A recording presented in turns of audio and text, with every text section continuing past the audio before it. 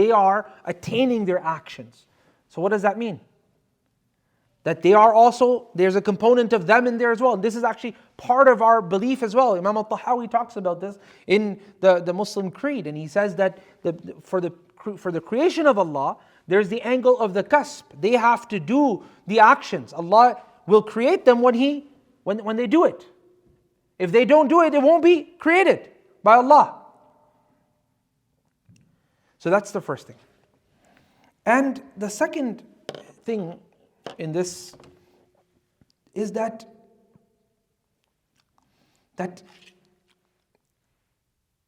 because we are finite human beings,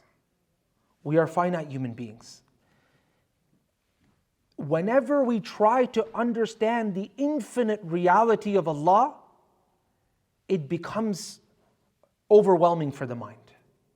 So when you try to understand the knowledge of Allah as it is infinitely, it becomes very, very overbearing for the mind. And that's why there is an angle of submission within this. Allah's Prophet ﷺ told us, he said, think about the bounties and the signs of Allah, but don't think about Allah Himself. This is a hadith authentic. تَفَكَّرُوا فِي آلَاءِ اللَّهِ وَلَا تَفَكَّرُوا فِي اللَّهِ. So when you start thinking about the infinite reality of Allah, your mind is going to you're going to get confused. This is a reality. You will get confused. And there's another hadith of the Prophet ﷺ where he said that the shaitan will say, XYZ created this, and this was created by XYZ, and he came into existence through a marital bond between ABC, and they came, and he keeps on going backwards until he gets to Allah, and he says, who created Allah? He wants you to be confused like that because you won't be able to understand the infinite reality of Allah. Your mind is not able to comprehend that.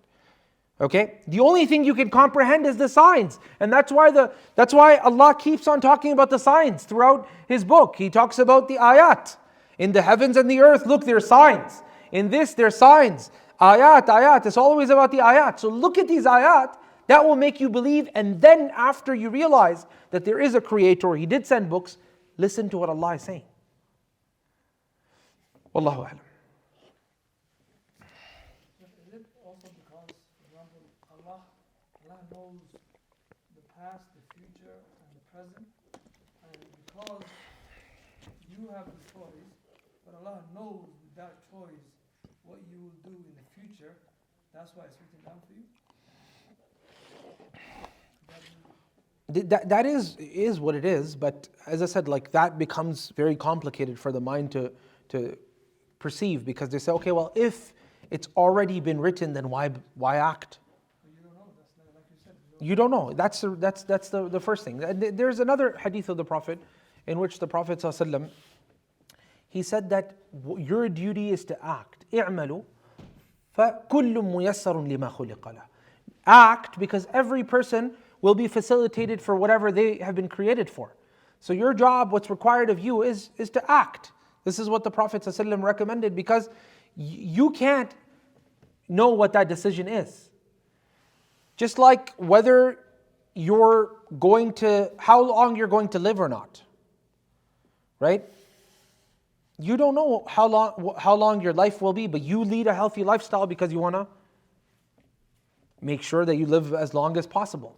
So you don't have access to that knowledge. It's not a knowledge that matters to you. What matters to you is what Allah has commanded you.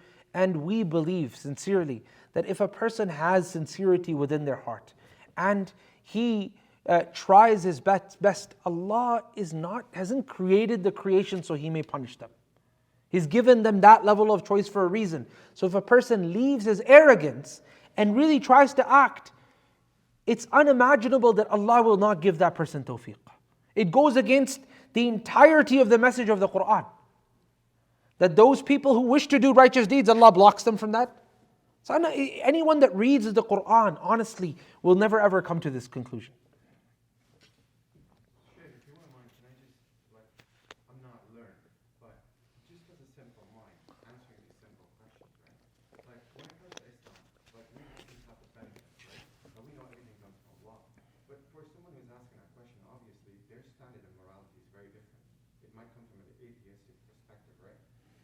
Would it be wrong to interject or give them an answer such as, the standards that you're based on this life is based on your actions, right? If you do good, you have respect in society. If you do bad, you end up having consequences. Similarly, Allah, when you're living on this world, let's just say you don't believe in Allah. That's your prerogative, right? Anything that you're committing in this life will have an action that you're going to answer to after you die, right? Allah gave you the free will in your mind. You understand as a free will, it's your actions that you do in this world. When you stand in front of Allah, Allah has a standard, which is heaven and hell. You will answer for whatever you've done here. Your accountability is going to be there. So Allah gives you the free will to do whatever you feel like in your mind. That is free will, right? Yep. And the consequences of that is going to be in the afterlife. Is that a wrong way to interpret it? No, what you're saying is absolutely right, but it doesn't solve the problem that Allah has infinite knowledge. No, absolutely. It doesn't solve that problem. Going back to the hadith, what of you were quoting? You, I think, right?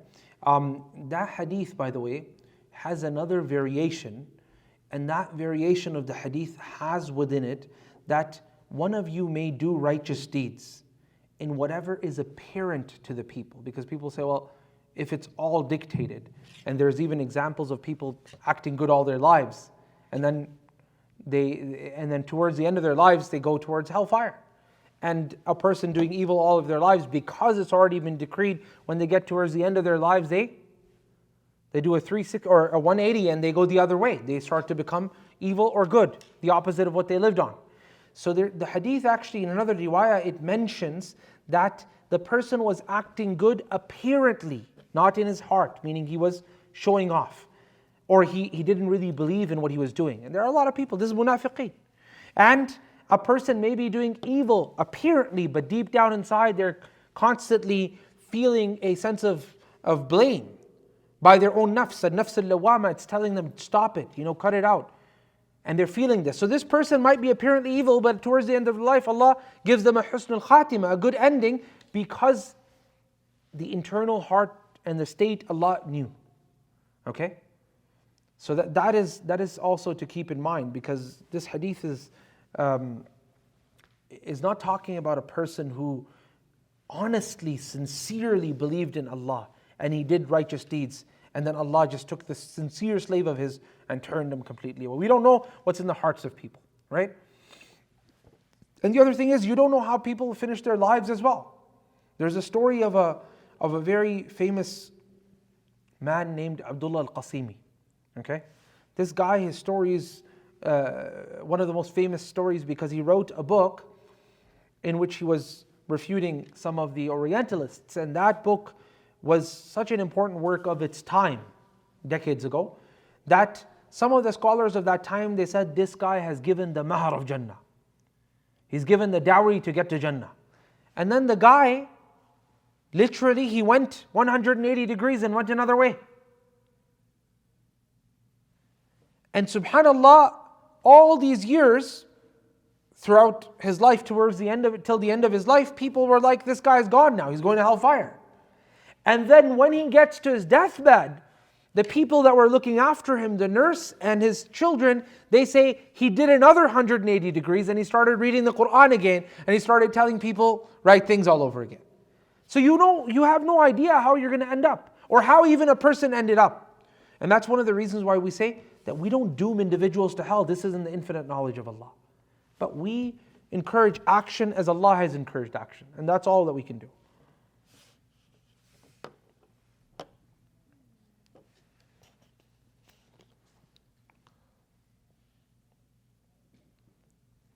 But be very sure that the question of decree, every time it will come up, there really is no complete solid answer. There is an angle of submission.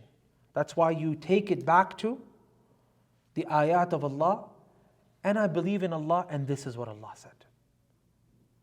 Because to give a proof that is, or to give an answer that is insulated in every direction, that does not exist. It really does not exist. Human minds are not capable of understanding that dichotomy of I have a choice, yet Allah has infinite knowledge. Do you understand? So that's why we take it back and we say, well, is this Quran not a divine word? Yes, it is. If it's a divine word, why is it? X, Y, Z, these are the reasons. okay, then I believe what it says. My mind may not be able to understand the infinite reality of Allah. Sheikh, can I ask you just one final question? Since you're on this topic, right? It's okay with everyone? So in astrophysics, the big thing right now is dimensional space, right? We humans are living in three dimensions. Brother, I'm coming to something to add on to what you said, right? The color of Allah, the three facets. So basically, in sciences right now, the fifth dimension is the controlling of time. They have found out that there's at least 11 dimensions, right? When we read the Quran, Allah tells us what happened in the past, Allah tells us what happens in the present, and what happens in the future. And the future predominantly being the day of judgment. So when we think of Allah, can we think of Allah that Allah has all the dimensions happening at the same time? And Allah sees exactly every dimension, every aspect of time at the same time. And that's why when our Prophet ﷺ said, the dua is the weapon of the believer, right? So even if the color of Allah was written for us, when we make a dua, our dua can change that color. Is it wrong to think that the present, past, and future is in a continuum, right? And that's why, brother, when you said that Allah knows the present, Allah knows the past, and Allah knows the future, right? Does that affect color, right? Or is that all written? So would it be wrong to understand that at this simultaneous time, everything is happening at the same time, right? And if we make a dua, and even if it was written, Allah will listen to the dua and change that.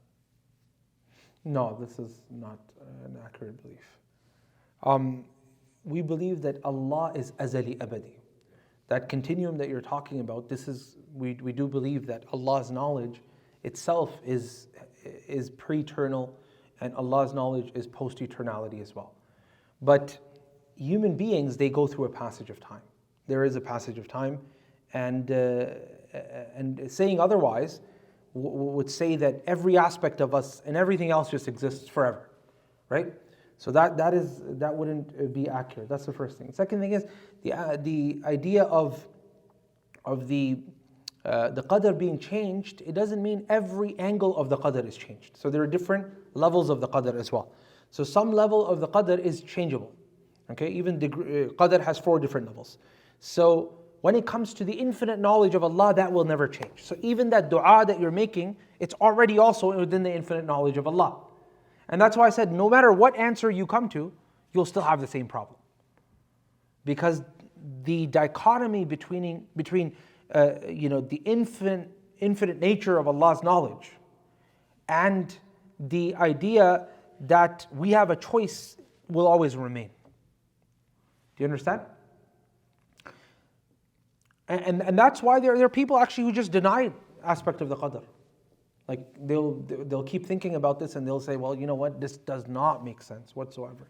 And there was a gentleman in Toronto many years ago. He literally, this was his. Many mashayikh, they tried to give him nasiha that, brother, this is disbelief basically.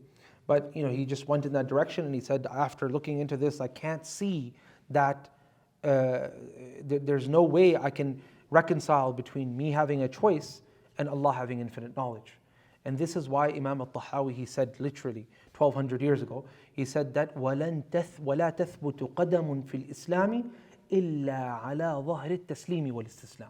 That a foot within this religion can never be established, specifically when it comes to qadr. He was talking about the qadr. Will never be firmly grounded except that a person submits. This dichotomy is unexplainable. People have tried for centuries, but there is no real answer, except that there's also a problem with that answer as well. That's why we go back to this answer, and that is that you haven't been commanded to look at the infinite nature of Allah. Your mind is not capable of that. In fact, some of the ulama, they say the word ilah actually comes from another word which actually means confusion.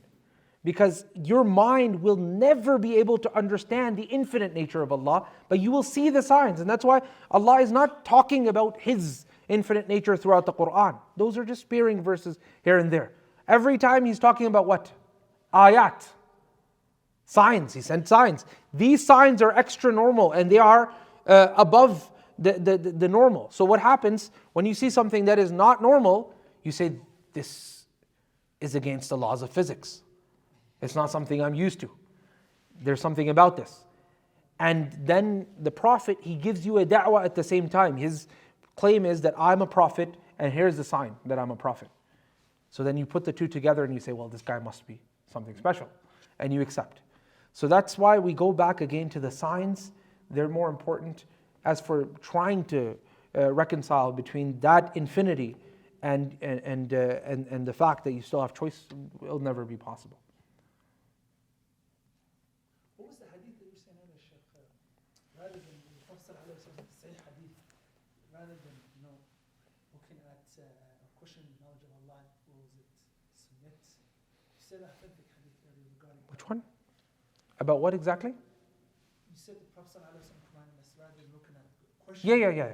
He said, تفكروا في آلاء الله ولا تفكروا في الله. Think about the signs of Allah, right? Sometimes some translators in the Quran, they translate this word as bounties, but it's actually signs. I wrote a deep excerpt on this particular word in my thesis, and the best way to translate it is signs. Think about the signs of Allah, and don't think about Allah Himself, because that infinity again, it's going to be impossible for you to grasp. Yeah. And that's Bukhari or? It's in secondary sources, but it's authentic. Yeah. Any other questions?